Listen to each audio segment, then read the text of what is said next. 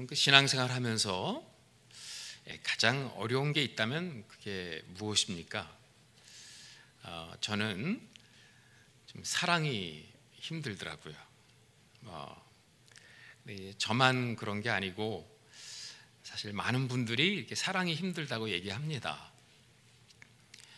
특별히 교회를 좀 오랫동안 이렇게 섬기신 분들을 보면 여러 관계 속에서 이렇게 사랑을 하다 보니까 이게 쉽지 않다는 것을 깨달은 겁니다. 그래서 사랑이 힘들다 이렇게 얘기합니다.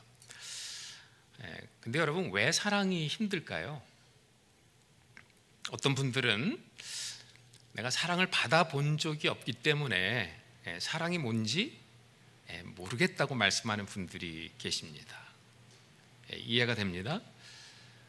또 어떤 분들은 과거에 사랑을 안 한 것은 아닌데 이렇게 사랑을 하다 보니까 상처를 받았다는 거예요. 이게 두려움이 발목을 잡아서 움직여지질 않는다.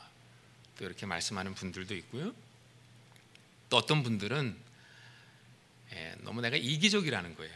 즉 내 안에 내가 너무 많아서 사랑을 못하겠다. 이런 다양한 대답을 이렇게 하실 것입니다. 다 맞는 얘기인데 사실 가장 근본적인 한 가지 이유를 얘기 안 한 겁니다. 그게 뭘까요? 사랑이 힘든 이유는 혼자 할 수 없기 때문에 힘든 거죠. 사랑에는 반드시 대상이 있습니다. 그 구체적인 이름 석자가 있다는 거예요. 그와의 관계 속에서 해내야 되기 때문에 힘든 겁니다.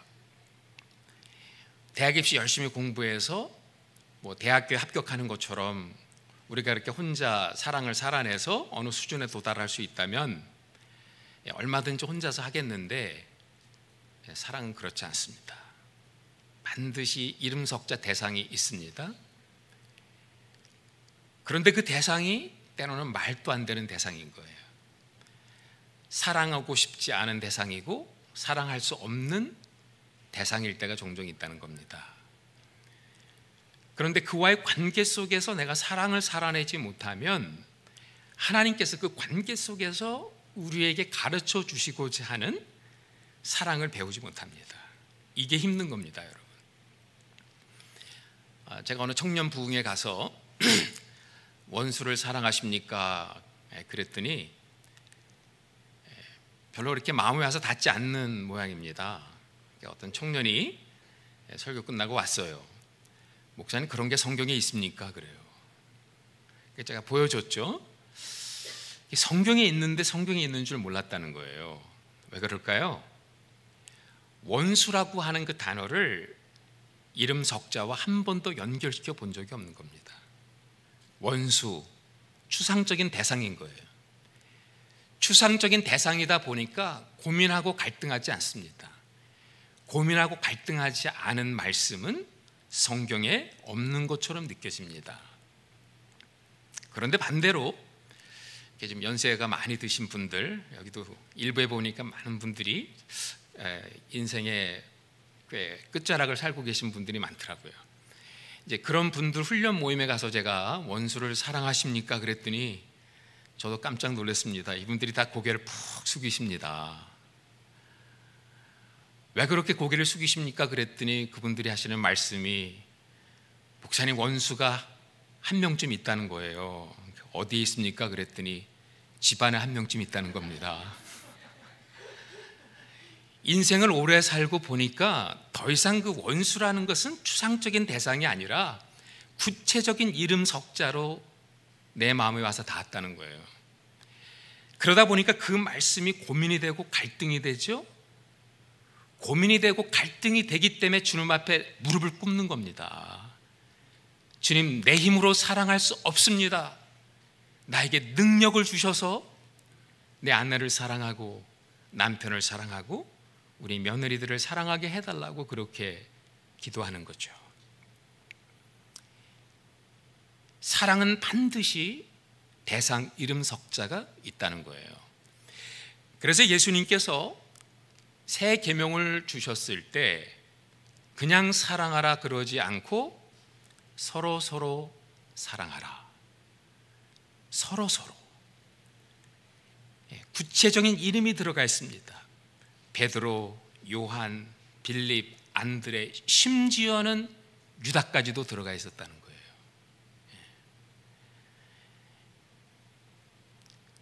주님께서 말씀하신 이 사랑의 대상을 내 마음에 품고 사랑하기 시작하는 데서부터 새 계명은 시작되는 겁니다. 여러분, 이제 요한 공동체도 꽤 오랜 시간이 지났습니다. 핍박은 여전히 계속되고 있고요. 특별히 이 거짓 영들이 교회 안에 들어와서 짝퉁 복음을 전하고 성형된 예수를 전하는데 이 먹혀 들어가는 거예요. 그래서 교회가 혼돈의 소용돌이로 막 빠져 들어가고 있는 이 상황에 요한이 다시 한번 펜을 들고 그들에게 권고하는 말씀이 뭡니까? 새로운 말씀이 아니었다는 거예요. 다시 한번 새 계명. 여러분, 시대가 바뀌고 상황이 달라져도 미움을 이길 수 있는 방법은 서로 사랑하는 겁니다. 미움으로 미움을 이기는 것이 아니라 사랑으로 미움을 이기는 것입니다. 바로 이것이 옛 계명과 새 계명의 차이죠. 옛 계명은 너는 마음을 다하고 뜻을 다하고 힘을 다하여 여호와 하나님을 사랑하라. 그런데 해보니까 안 되는 겁니다. 그래서 주님께서 새 계명을 주셨는데 시작이 주님을 사랑하는 것으로 시작하지 않고 서로 사랑하라. 주님의 사랑을 서로의 관계 속에서, 공동체 속에서 살아내는 그것이 바로 새 계명이라고 이야기하고 있습니다. 그렇다면 고민이 되지 않습니까? 새 계명이 옛 계명보다 더 힘든 것 같아요. 더군다나 우리가 이 사랑을 이야기할 때 이 사랑은 우리들만의 랭귀지가 아니거든요. 사실 예수를 안 믿는 분들이 살아내고 있는 사랑들을 보면요, 우리가 살아내는 이 사랑보다 더 멋들어진 사랑을 살아내는 사람들이 있습니다. 저는 다른 종교권을 이렇게 섬기고 있기 때문에 이런 분들을 참 많이 봅니다. 티베트를 섬기다 보면 우리보다 더 많이 희생하고 더 많이 내려놓고 놀라운 어떤 사랑의 내용들을 가지고 가난한 자들에게 입혀주고 굶주린 자 먹여주고 그러는 사람들을 볼 때 깜짝 놀라는 거예요. 예수를 믿는 나의 사랑이 저 사람이 살아내고 있는 사랑보다 더 위대하지 않으면 저는 티베트 선교 못합니다. 여러분, 저만 그럽니까? 여러분들도 동일한 고민이 있을 거라고 생각해요. 우리가 북한 그러면 사실 막 미움과 증오로 가득한 땅이라고 생각하지 않습니까? 그런데 여러분, 실질적으로 그 땅을 들어가서 보면요, 남다른 동포사랑, 조국사랑을 외치는 사람들이 있어요. 그런 분들을 볼 때 기독교를 믿는 나의 동포사랑, 조국사랑이 저 사람들의 사랑만 못하면 북한 선교 끝나는 겁니다. 제가 4년 전에 북한을 들어가려고 하다가 뭐가 좀 잘못됐어요. 그래가지고 보위부에 끌려가서 17일 동안 억류된 상태에서 아주 심각한 신문을 받았습니다. 거기서 있었던 일을 제가 다 말씀을 드릴 수는 없어요. 그러나 한 가지 분명히 말씀을 드릴 수 있는 것은 제 인생에 가장 두려웠던 시간이었어요. 두려움을 먹고 마시고 두려움 속에 사는 것 같았습니다. 두려움이 없는 순간이 없었어요. 그런데 그 중에 가장 두려웠던 것은 이러다가 예수를 조금이라도 부인하면 어떡하나, 막 이런 두려움이 몰려오기 시작하는데 그때 우리 딸이 떠오르는 거예요. 내가 여기서 뭐가 잘못돼서 예수를 조금이라도 부인하게 되면 그런 아빠를 생각하며 평생을 살아야 되는 우리 딸이 얼마나 힘들까, 막 그거 생각하니까 그때부터 잠이 안 와요. 그래서 제가 제 인생에 처음으로 아주 심각한 기도를 하나님께 올려드렸습니다. 더 이상 이런 기도 드리고 싶지 않습니다. 하나님, 저를 데려가 주십시오. 이 기도를 제가 처음으로 드려봤어요. 하나님께서 저를 여기서 데려가시면 북한에서 그래도 순교는 아니지만 그래도 순교에 접근한 그런 죽음일 것 같아요. 그런 아빠를 생각하면서 당장은 힘들겠지만 우리 딸아이가 그래도 아빠를 자랑스럽게 생각하고 살 것이다 라는 생각이 들어서 그렇게 기도를 했어요. 근데 여러분, 우리 하나님 참 재밌으십니다. 나는 심각한데 하나님은 심각하지 않으세요. 시편 2편에 그 웃으시는 하나님을 보여주시면서 저에게 이렇게 말씀하셨습니다. 야, 내가 너를 가만히 보니까 너는 순교의 은사가 없기 때문에 절대로 죽지 않는다. 그러니까 편안하게 조사 잘 받고 나가거라, 이런 마음을 주시는데, 그때부터 제 마음이 풀어지기 시작했고요, 여유가 생겼고, 그래서 막 조사하는 조사관들에게 막 말도 걸고 그랬습니다. 모든 게 쉬워졌어요. 그때 제가 17일 동안 조사실에서 먹고 자고 하는 동안에 저와 함께 잠을 자주었던, 같이 있어 주었던 보이부 계장 김모모라는 사람이 있었습니다.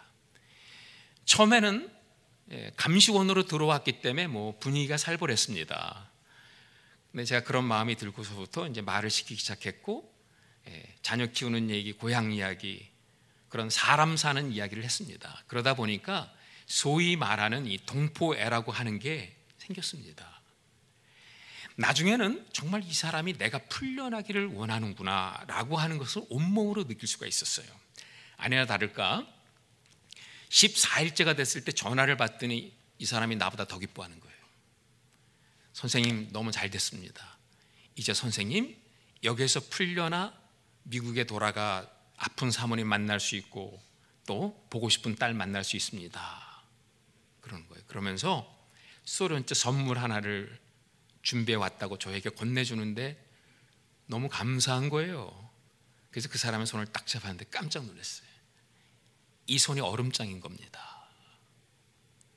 아무리 영하 17도 18도를 밑도는 추운 겨울이었지만 잠자는 동안은 따뜻했어요. 왜냐하면 침대 속에 전기 담요가 있었기 때문에. 아침 시간이었기 때문에 손이 따뜻해야 합니다. 근데 이 사람의 손이 얼음장인 게 이상하다 싶어서 그 사람의 침대 속에 손을 넣어보았더니 이게 웬걸요? 전기 담요가 고장난 거예요. 14일 동안 고장나 있었냐고. 14일 동안 고장나. 이거 알았냐고. 알았다는 겁니다. 그럼 당신이 나를 조사하는 사람이면 당신이 이 따뜻한 침대 속에서 잠을 자고 내가 이 추운 침대에서 잠을 자야지 왜 당신이 나에게 따뜻한 침대를 주었습니까? 그렇게 이야기했을 때 갑자기 이 사람의 눈에 눈물이 고이는 거예요. 여러분, 북한 주체 사상을 믿는 보이부 계장입니다. 눈에 눈물이 고이면서 했던 얘기가 이겁니다. 선생님, 우리 동포 아닙니까? 제가 먹먹해졌습니다. 이 상황을 도대체 해석해낼 수가 없는 거예요. 예수를 믿는 제가 이 기독교의 사랑으로 얼마든지 이 사람들 섬길 수 있고 이것을 잘하기만 하면 예수 그리스도의 복음으로 남북통일 이룰 수 있다고 믿고 여기까지 왔는데, 지금 주체 사상을 믿는 이 사람의 동포사랑, 조국사랑이 제 것보다 더 멋있어 보였다는 거예요. 그때 고민이 됐어요. 주님, 저 사람과 차별화된 우리들만이 할 수 있는 이 사랑을 내가 깨닫지 못하면 나는 북한 선교 더 이상 못합니다. 고민하고 있을 때 여러분, 새 계명이 뭔지를 알게 된 겁니다. 서로 사랑하라고만 말씀하셨다면 저는 절망했을 거예요. 하나님, 제가 어떻게 저딴 사람들을 사랑합니까? 나는 못합니다. 다 포기하고 때려쳤을 겁니다. 여러분, 근데 서로 사랑하라 말씀하신 예수님께서 그 다음에 뭐라고 말씀하십니까? 내가 너희를 사랑한 것처럼. 그냥 서로 사랑하는 게 아닙니다. 내가 너희를 사랑한 것처럼. 여러분, 주님의 사랑만큼 사랑하라가 아닙니다. 주님께서는 지금 제자들의 발을 씻겼어요. 이제 제자들의 발을 씻긴 그 모양으로 십자가에 못 박혀 죽으실 거예요. 바로 그 십자가의 사랑에서 모든 사랑이 출발했다는 거예요. 이제 이 말씀을 들은 우리들은 그 사랑에 동참해서 그 흐름 속에서 서로 사랑할 때 얼마든지 이 사람들 사랑할 수 있고, 이 사랑으로 조국 통일을 이룰 수 있다고 믿게 된 거예요. 요한은 그것을 깨달아 알게 된 것입니다. 그래서 9절 10절에 다시 한번 그 새 계명을 이야기할 때 내가 너희를 사랑한 것처럼의 의미를 설명하고 있잖아요. 하나님의 사랑이 우리에게 이렇게 나타난 바 되었으니 하나님이 자기의 독생자를 세상에 보내심은 그로 말미암아 우리를 살리려 하심이라. 사랑은 여기 있으니 우리가 하나님을 사랑한 것이 아니요, 옛 계명은 실패했다는 겁니다. 우리가 힘을 다하여 뜻을 다하여 마음을 다하여 하나님을 사랑하고자 했지만 구약 성경은 완전한 실패로 끝났습니다. 그런데 예수님께서 이제 하나님이 우리를 사랑하사 독생자를 우리에게 보내주셨고 우리를 살리시기 위해서 그 아들을 화목제물로 주셨다는 겁니다. 요한이 이 사랑을 깨달아 알았을 때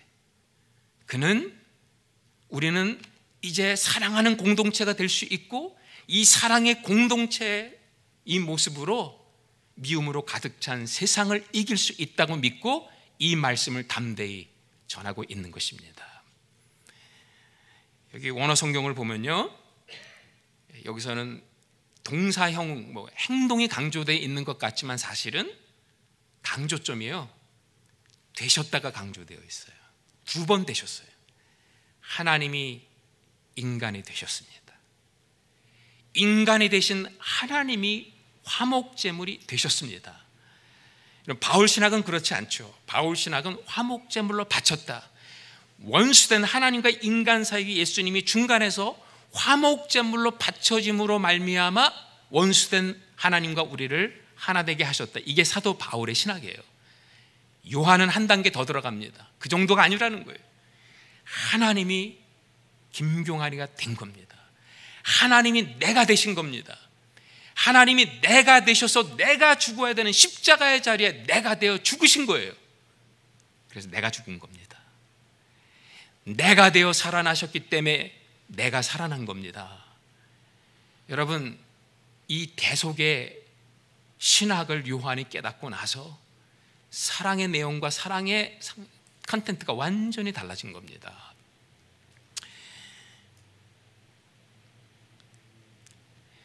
제가 왜 사랑이 힘듭니까? 라고 질문을 던졌을 때 그 똑같은 모임에서 바로 이 자리에 앉아 계셨던 어떤 점잖은 남자 한 분이 심각한 얼굴로 이렇게 대답하셨습니다. 사랑이 힘든 이유는 나는 내가 아니고 너는 내가 아니니까. 그러니까 다들 황당한 소리 한다고 배꼽 잡고 난리가 났습니다. 그랬더니 이분이 더 큰 소리로 심각하게 나는 나, 너는 너라는 이 관계 속에 어떻게 연합을 이야기합니까? 연합을 이야기하지 않는데 어떻게 사랑을 이야기할 수 있습니까? 그때 저는 깨달았어요. 요한복음에 보면 수도 없이 등장하는 표현, 내가 너희 안에, 너희가 내 안에, 이게 사랑이라는 거예요. 무슨 얘기입니까? 내가 네가 되겠다. 내가 네가 되어 십자가에 죽을 것이기 때문에 내가 죽은 것이다. 내가 되어 십자가에 죽었다가 다시 살았기 때문에 내가 산 것이다. 정말 주님의 십자가와 부활을 보면서 나의 죽음을 보고 나의 부활을 보는 이 놀라운 하나님의 역사를 경험하게 된 겁니다. 여러분, 이것은 더 이상 신학이 아닙니다. 실질적으로 일어난 사건입니다. 공간복음을 보면 예수님께서 그 문둥병 환자를 고치는 장면이 나오죠. 예수님께서 문둥병 환자를 고치실 때 율법을 어기시는 거 아십니까? 레위기 13장 14장을 보면 문둥병 환자들은 길을 지나갈 때 긴 머리로 자기 얼굴을 가리우고 손으로 입을 막고 부정하다 부정하다 부정하다를 외치면서 걸어야 되죠. 그러면 율법을 준수하는 유대인들은 그런 문둥병 환자를 피해 가야만 율법을 지키는 거예요. 그런데 예수님께서는 그런 문둥병 환자를 향해 다가서세요. 아마 문둥병 환자는 뒷걸음을 쳤을 것 같아요. 예수님은 그를 쫓아갑니다. 그리고 마지막에 문둥병 환자의 몸에 손을 탁 댔습니다. 율법 어기신 거예요. 그런데 그때 치유함을 받았어요. 무슨 일이 벌어진 겁니까? 예수님의 치유의 능력이 그 문둥병 환자의 몸에 손을 대는 순간 그에게 옮겨진 거예요. 문둥병 환자의 모든 부정함은 예수님께 옮겨졌고 예수님은 그걸 다 덮어쓰고 문둥병 환자가 되어 십자가에 죽었을 때 문둥병 환자가 병고침 받은 겁니다. 여러분, 이것이 추상적인 신학입니까? 아닙니다. 정말 실질적으로 일어난 사건입니다. 혈류증을 앓는 여인이 예수님이 온다는 말씀을 듣고 예수님께 다가서서 예수님의 옷자락이라도 만지면 병고침을 받을 것 같은 거예요. 가보니까 너무나 많은 사람들이 둘러서 있었기 때문에 도저히 예수님에게 다가설 수가 없었어요. 그 연약한 여인이 군중을 뚫고 들어갑니다. 그리고 있는 힘을 다해 손을 내밀었는데 예수님의 옷자락을 만졌어요. 그때 예수님 가던 발걸음을 탁 멈추시죠. 그리고 뒤를 돌아보시면서 그 여인을 시선을 집중하셨습니다. 그리고 하셨던 말씀이 뭐죠? 내 안에서 능력이 나갔다. 여러분, 판타스입니까? 실질적으로 나간 것입니다. 예수님의 치유의 능력이 예수님의 몸에서 그 여인에게 옮겨졌고요, 여인은 그 예수님의 치유의 능력으로 병고침 받은 거예요. 그 여인의 모든 부정함은 예수님께 옮겨져 예수님은 그걸 다 덮어쓰고 십자가에 그 여인이 죽었을 때 그 여인이 살아난 거예요. 세상 죄를 지고 가는 하나님의 어린 양이로다. 우리는 다 양 같아서 그릇 행하여 각기 제 길로 갔는데 주님께서는 내가 양이 되겠다. 내가 양이 되어 십자가에 죽겠다. 예수님이 양이 되어 십자가에 죽었을 때 양된 우리들이 죽은 거고요, 예수님이 십자가에 죽으셨다 다시 사셨을 때 우리가 다시 산 것입니다. 이 놀라운 사랑을 요한이 깨달아 알게 된 겁니다. 여러분, 인간 사랑이 아무리 위대해도 결국 나라는 범주, 우리 가정이라는 범주를 넘어가지 못해요. 저는 목사님의 그 고백이 우리 모두의 고백이고 우리의 진실된 우리의 삶의 우리의 참된 모습이라고 생각해요. 그건 넘어가지 못합니다. 보이부 개장의 조국 사랑이 아무리 위대해 보여도 이념의 갈등 뛰어넘지 못해요. 우리 안에서 시작한 사랑을 가지고는 안 됩니다. 그런데 주님께서 내가 되셨고 내가 되어 화목제물이 되심으로 시작된 이 놀라운 사랑에 우리가 함께 동참하게 될 때 이 사랑의 흐름 속에서 우리는 옆에 있는 형제 자매들을 사랑할 수 있고 우리 교우들을 사랑할 수 있고 나가서는 저 땅끝을 사랑할 수 있는 사람이 되는 겁니다. 여러분, 이 놀라운 사랑을 우리 아름다운 교회 성도들이 매일매일 경험했으면 좋겠습니다. 어떻게 경험할 수 있을까요? 열심히 연구하고 탐구하고 묵상하면 됩니까? 예, 그렇게 해봤습니다. 그렇게 열심히 했는데 마지막 마침표는 찍어지지 않더라는 거예요. 그 마지막 마침표가 뭐예요? 오늘 성경 말씀에 분명하게 기록되어 있습니다. 11절 12절에 이렇게 하면 경험한답니다. 사랑하는 자들아, 하나님이 우리를 사랑하셨은즉 우리도 서로 사랑하는 것이 마땅하도다. 어느 때나 하나님을 본 사람이 없으되 만일 우리가 서로 사랑하면 하나님이 우리 안에 거하셔서 우리가 하나님을 보고 하나님의 사랑이 온전히 나타나느니라.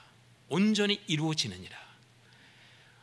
어떤 사람이 이 사랑을 경험한다고요? 서로 사랑하는 사람들이에요. 우리가 서로 사랑하게 되면 하나님의 사랑이 우리 안에 온전히 이루어져요. 우리의 사랑이 온전해서가 아닙니다. 온전하지 못해요. 근데 우리가 서로 사랑하면 거기에 온전하신 하나님이 계세요. 온전하신 하나님이 계시니까 온전한 하나님의 사랑이 나타날 수밖에 없는 거예요. 그래서 사랑하는 그 관계 속에 들어가면 오병이어의 기적이 나타나는 거예요. 막 병든 자가 고침받고 죽어가는 자들이 살아나는 역사가 나타나는 것은 우리의 사랑의 능력이 아니라 우리가 사랑하는 그 관계 속에 하나님이 임재해 계시기 때문에 그런 겁니다. 여러분, 저는 이 말씀을 있는 그대로 믿습니다. 여러분, 하나님을 보고 싶으세요? 사랑하시면 돼요. 하나님의 사랑을 온전히 경험하기를 원하십니까? 사랑하시면 돼요.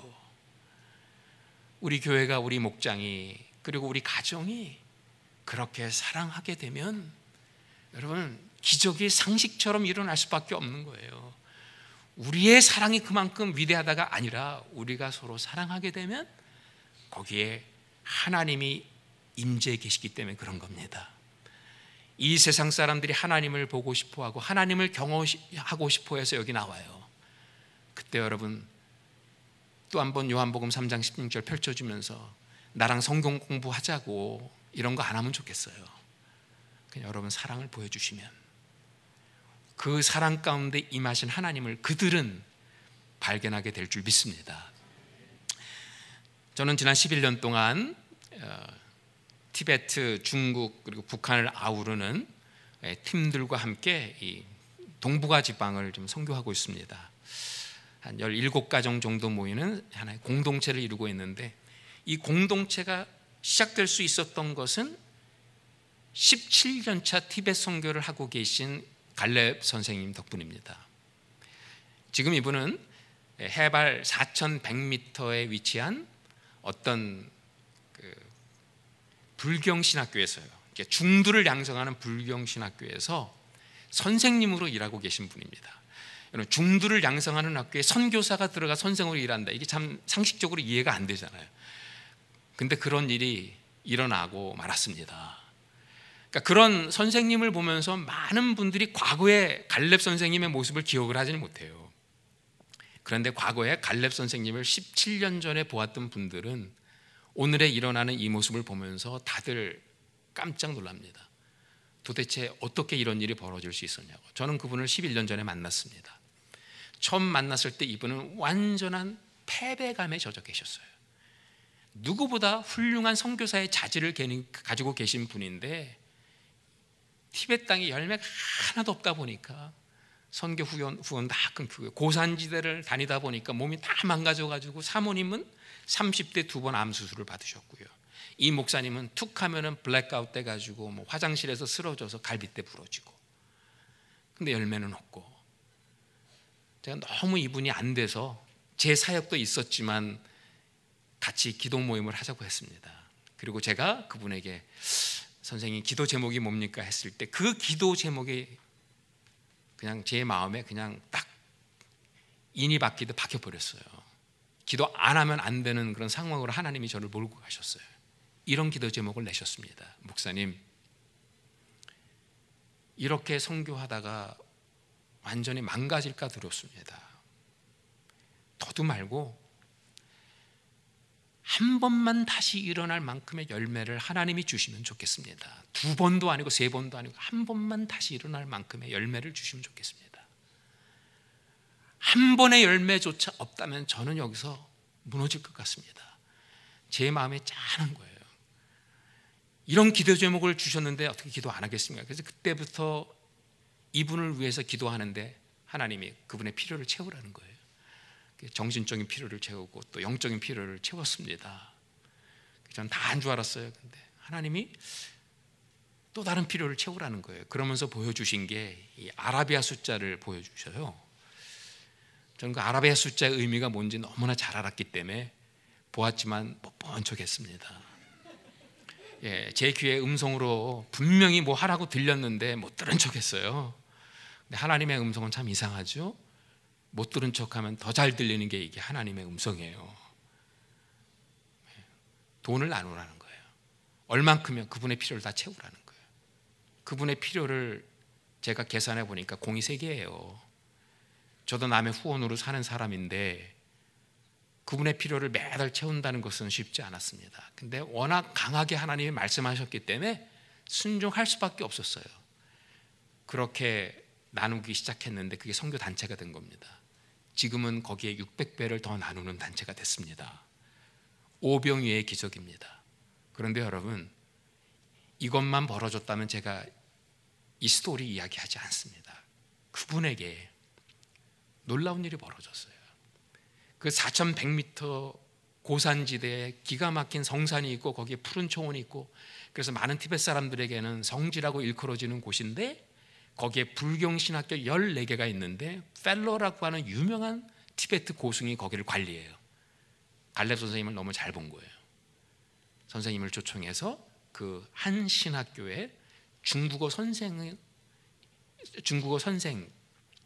일을 봐달라고 얘기를 한 겁니다. 그때 마침 이 사모님이 사천 대학원에서 중국 사람들에게 중국어를 가르칠 수 있는 자격증을 받게 되었어요. 하나님의 인도하심이라고 믿고 갔는데 뭐 쉽지 않은 상황이죠. 집도 없고 텐트 쳐놓고 거기서 뭐 그 고산에서 숨이 콱콱 막히는, 여기 공기의 60%도 안 되는 곳입니다. 그런 곳에서 애들을 잘 가르쳤어요. 그러다 보니까 선생과 제자의 관계를 넘어서서 마치 부모와 자식의 관계처럼 끈끈해졌고요. 그러다 보니까 이제는 뭐 학과만 가르친 게 아니라 생활교육도 시켜주고 또 성품교육도 시켜주고 그들의 삶의 일부가 된 거예요. 자, 그렇게 해서 이제는 그 학교에 없어서는 안 되는 중요한 선생님으로 자리매김을 했는데, 문제는 뭐냐? 60명 아이들 가운데 18살이 되면 이제 그 신학교를 떠나서 절간으로 들어가야 돼요. 1년에 막 17명, 18명이 그 학교를 떠나는데 그들을 뒤에서 물끄러미 바라보고 있는데 막 너무 힘든 거예요. 평생 저들이 중으로 살 텐데 나와 함께 있는 동안에 내가 복음도 한번 전해보지 못했다고 하는 게 너무 안타까웠어요. 그럼 내가 여기서 복음을 전하면 쫓겨날 수밖에 없는데 어떻게 해야 되나 고민하고 있던 차에 하나님이 담대함을 주셔가지고 내가 쫓겨나는 한이 있어도 저들에게 복음을 전해야 되겠다 해서 졸업을 앞둔 18명 시니어들을 데려다가 소그룹 성경 공부 모임을 했는데 제목은 창세기를 통한 세계관이에요. 네, 창세기 세계관을 빙자한 성경 공부죠. 근데 여러분, 이 18명의 젊은이들이 뒤집어진 거예요. 왜 그런지 아십니까? 티베트의 세계관은 하나님과 인간의 차이를 좁혀가서 내가 결국 하나님이 되는 거예요. 그러다 보니까 티베트 사람들의 신앙의 여정은 돌을 닦는 신앙의 여정이죠. 돌을 닦아서 내가 하나님이 되는 거예요. 그런데 창세기 초반부에 딱 등장해요. 그렇게 돌을 닦아 하나님이 되려고 하다가 망가진 사람이 아담이다. 충격을 받아요. 창세기의 세계관은 하나님과 인간의 차이를 좁혀가는 게 아니라 하나님과 인간의 차이를 넓혀가는 거죠. 그래서 마지막은 결국 나는 피조물이라는 사실을 인식하고 피조물의 자리에서 하나님을 향해 돌을 닦아 나가는 게 아니라 예배자로 서 있는 거다. 이거를 배우게 되었을 때 이 아이들이 뒤집어진 거예요. 18명 중에 17명이 절간을 거부해버렸습니다. 발칵 뒤집힌 거예요. 협박하고 때리고 4명이 야간 도주해버렸어요. 이게 심각한 문제로 대두가 되면서 그 학교에 승려 선생님들이 회의를 합니다. 저 선생님이 오시기 전까지 이 학교는 그야말로 평화스러웠다. 근데 저 선생님이 여기 계심으로 인해서 완전히 혼돈의 소용돌이로 우리가 들어가고 있는데 저 선생님만 나가주면 되겠다. 결국 쫓겨나게 된 겁니다. 짐 다 싸가지고 내려왔습니다. 근데 이상한 일이 벌어졌어요. 다시 와달라는 거예요. 그래서 다시 가봤더니 이제는 텐트가 아니라 그 옆에 조그만 집까지 져주고요. 거기에서 이제는 잠을 자면서 숙소로 쓰면서 아이들을 가르쳐 달라고 얘기했고, 그 근처 냇물에서 예배하고 찬송 부르고 했는데, 그쪽에서 당신들이 막 노래도 부르고 뭐도 하고 그러는데 그 시냇물 소리에 당신 소리가 먹혀버려서 안 들린다. 그러지 말고 이 집에서 그냥 하라. 그래서 예배까지 허락해 줬고요. 또 수업을 하기 전에 당신들이 듣는 음악 너무 좋더라. 그 음악을 틀어주고 시작해도 좋다. 우리가 무슨 음악을 들었을까요? 이 땅의 황무함을 보소서 뭐 이런 거 듣고 그랬는데 신비스러운 일이 벌어진 거예요. 제가 무슨 일이 분명히 있을 거다 생각해서 이제 갈렙 선생님 불러서 물어봤죠. 도대체 어떤 일이 지난 여름방학 때 있었습니까? 그랬더니 얘기를 안 해요. 제가 사모님을 불렀어요. 꼬치꼬치 묻는데 사모님이 해준 얘기입니다. 그 학교에 소놈이라고 하는 불경신학교의 반장아이가 있는데 이 학교에서 가장 불심이 깊은 아이예요. 이 아이만 절간에 들어가면 이 학교는 성공한 거예요. 근데 이 아이가 다리를 다쳤어요. 발을 다쳤는데 제대로 치료받지 못해가지고 염증이 생기기 시작했는데 이 발이 전체가 막 발목 밑에가 막 고름으로 가득 찬 거예요. 항생제를 먹어도 안 돼요. 병원으로 가려면 이틀을 내려가야 돼요. 그 아이가 막 쩔뚝쩔뚝하는 그 모습을 갈렙 선생님이 멀리서 바라보는데 너무 불쌍한 거예요. 모든 게 다 흑백으로 보였답니다. 근데 그 아이만 청초년 칼라로 딱 보이고 그 아이의 움직임, 일거수일투족 아파하는 신음소리가 다 들었다는 거예요. 갈렙 선생님이 벌떡 일어납니다. 아이들은 막 여기서 놀고 있고 거기에 또 승려 선생님들은 담소를 나누고 있는 그 상황에 갈렙 선생님이 뚜벅뚜벅 걸어가 그 소놈이라는 아이 앞에 무릎을 꿇어요. 그리고는 그의 입술로 그 발에 댑니다. 냄새나고 더러운 그 발. 그리고 그 고름을 입으로 빨아주기 시작했어요. 빨아서 뱉고 빨아서 뱉고. 갑자기 시끄럽던 학교가 조용해집니다. 모든 아이들이 그 선생님을 바라봅니다. 담소를 나누던 선생님들도 대화를 멈추고 그 장면을 충격 속에 바라봅니다. 그리고 했던 얘기가 이겁니다. 이 티베트에 수많은 승려들을 우리가 봤지만 이렇게 불심이 깊은 사람은 우리가 처음 본다. 우리가 가르쳐줬습니다. 불심이 아니라 그리스도의 사랑입니다. 아랑곳하지 않고 계속 어떻게 쓰든지 이 아이를 치료해 주겠다는 일념으로 빨아서 뱉어주고 하는데 갑자기 당황했던 이 아이가 이 선생님 물끄러미 쳐다보면서 마치 확성기를 대고 이야기하는 것처럼 했던 이야기가 이겁니다. 선생님, are you God? 그런 거예요. 이 아이는 정말로 거기에 임재한 하나님을 본 거예요. 그런데 이 하나님은 내가 18년 동안 불공을 들이면서 만났던 하나님이 아닌 거예요. 도대체 이 하나님이 뭐냐는 거예요. 도무지 그게 궁금해서 견딜 수가 없는 거예요. 절간에 들어갈 수 없었습니다. 거부해버립니다.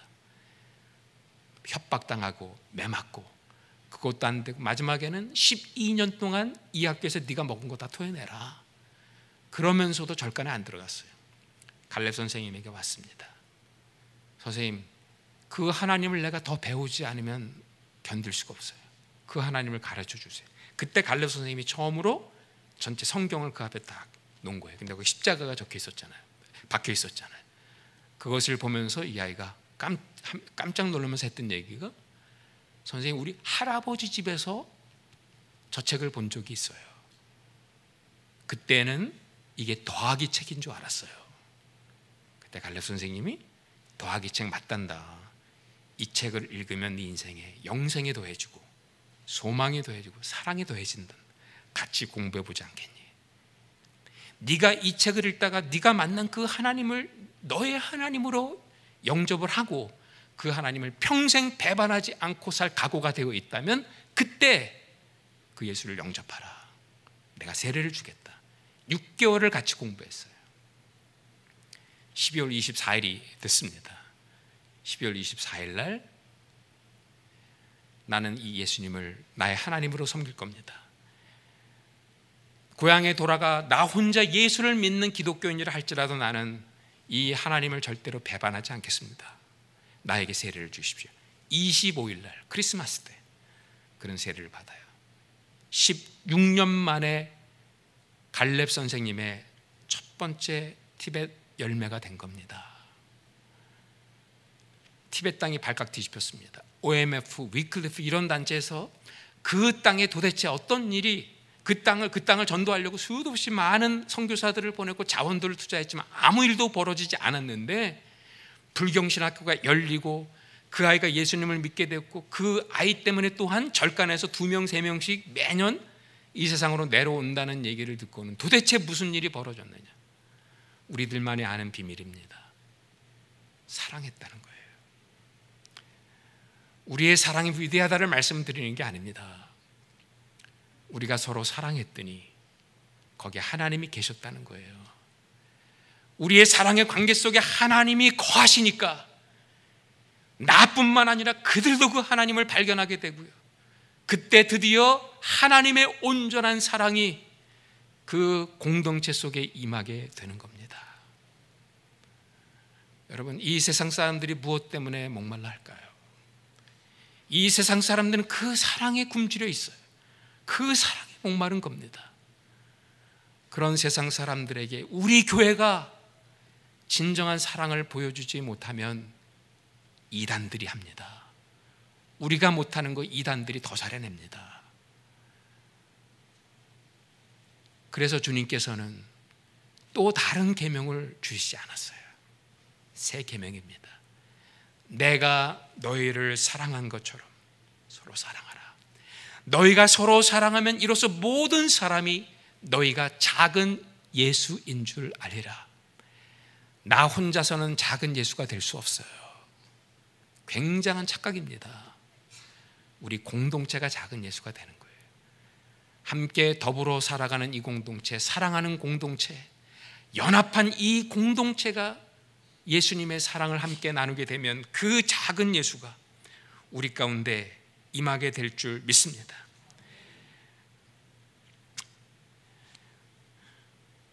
그러나 우리는 압니다. 이 사랑이 부족하다는 것을. 사랑하려고 하는데 우리는 두려움 가운데 살기 때문에 사랑 못한다는 것을. 그렇기 때문에 이 사랑의 마침표를 찍어주시는 한 분이 계신데 그분이 누굽니까? 바로 성령님이세요. 13절이죠. 결론입니다. 그의 성령을 우리에게 주심으로 우리가 그 안에 거하고 그가 우리 안에 거하시는 줄을 아느니라. 아버지께서 시작하신 그 사랑, 예수님이 완성한 사랑, 그런데 그 사랑을 너와 내가 사랑함으로 찍는 마침표가 아니에요. 그것조차도 성령님이 도와주셔서 마침표를 찍게 하신다는 거예요. 그래서 성령님이 우리 안에 거하고 우리가 그의 안에 거하고 그 연합의 관계 속에서 내가 되는 그 놀라운 사랑을 하게 하시는 분이십니다. 우리는 눈에 보이는 형제 자매를 보며 사랑하기만 하면 됩니다. 그런데 그 사랑조차도 성령님이 도와주신다는 거예요. 그래서 성령님은 보혜사 성령님입니다. 사랑하다 넘어지면 일으켜 주시는 분이세요. 사랑하다가 상처받으면 치유해 주시는 분이세요.